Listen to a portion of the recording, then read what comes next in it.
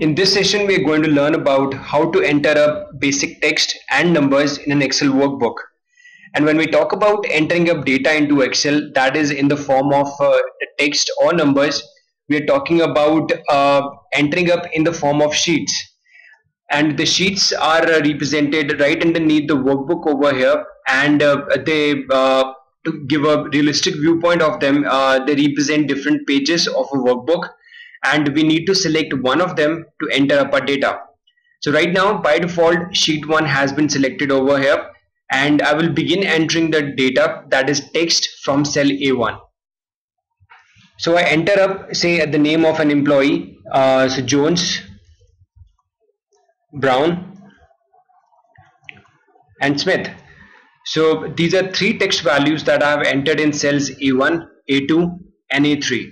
Now I can also enter up numbers in any of the cells in Excel, and they may take the shape of, say, 9876. And we have a number in cell A4 right now, which is 9876. Now there's one thing to be noted whenever we have entered up data into Excel. All the text values are by default left aligned, and all the numbers that we enter into Excel cells are by default right aligned. So any person who does not even have experience in Excel will by default know that which data is of the form text or which data is of the form of numbers by merely looking at the left or the right alignment of the data. Now besides this, there is also another way of entering up text or numbers in Excel, and that is by going on to the required cell, say in this case C1, and moving on to the formula bar and typing in any value. So I type in manager. So you can see in cell C1 manager has been entered, and I go to cell C2 and write consultant.